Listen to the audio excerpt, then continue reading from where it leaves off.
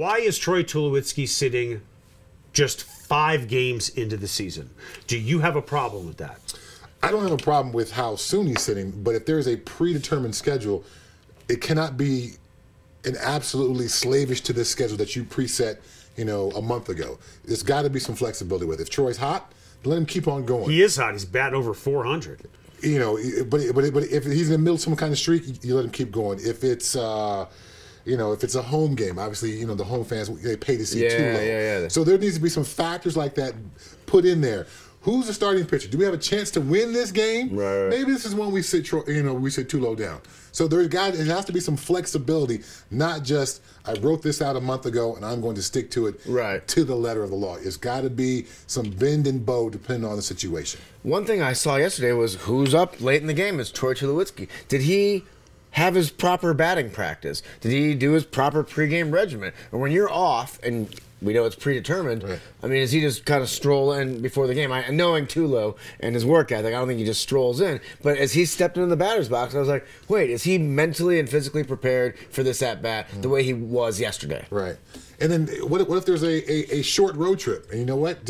We're not even going to travel him. Keep him here in Denver. Sure. Avoid the wear and tear of the travel. All that stuff wears on you as the season goes along. So he's got to have some.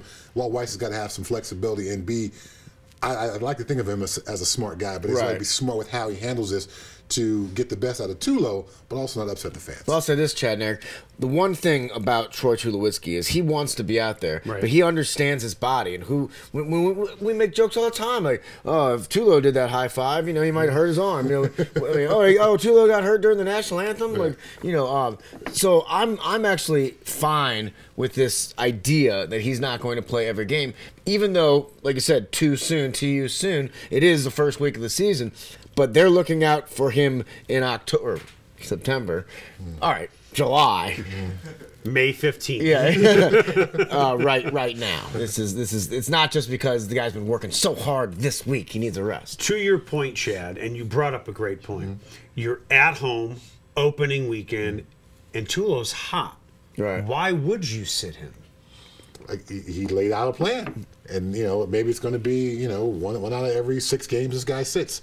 And that's how it's going to work. I'm going to kind of be honest here. Like, when Tulo's healthy, he's always hot on the field. You know what I mean? Right.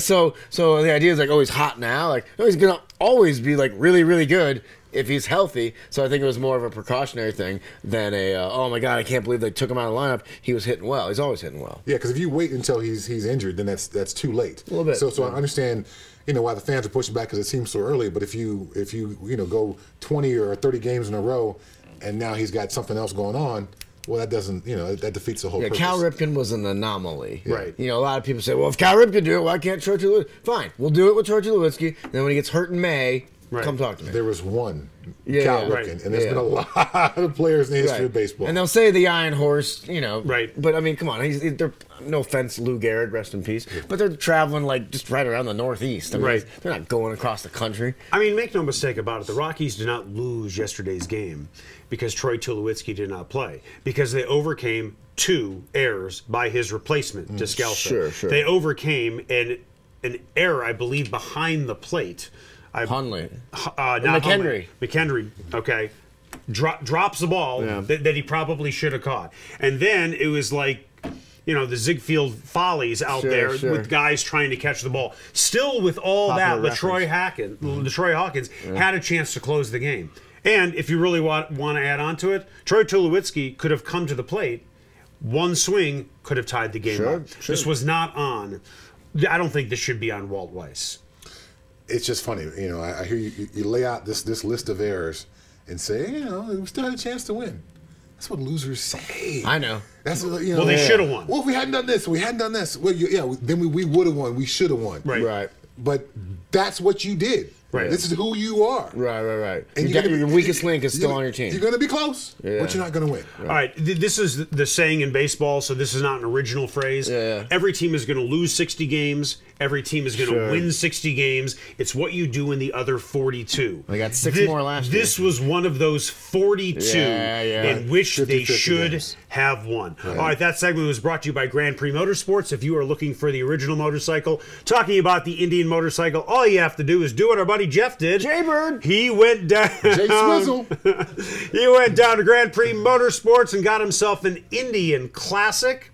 It's a beautiful ride, isn't it? And he found it at County Line Road and Santa Fe. Santa Fe. That's where the store is. That was like the Broadway edition. That was impressive. Wow.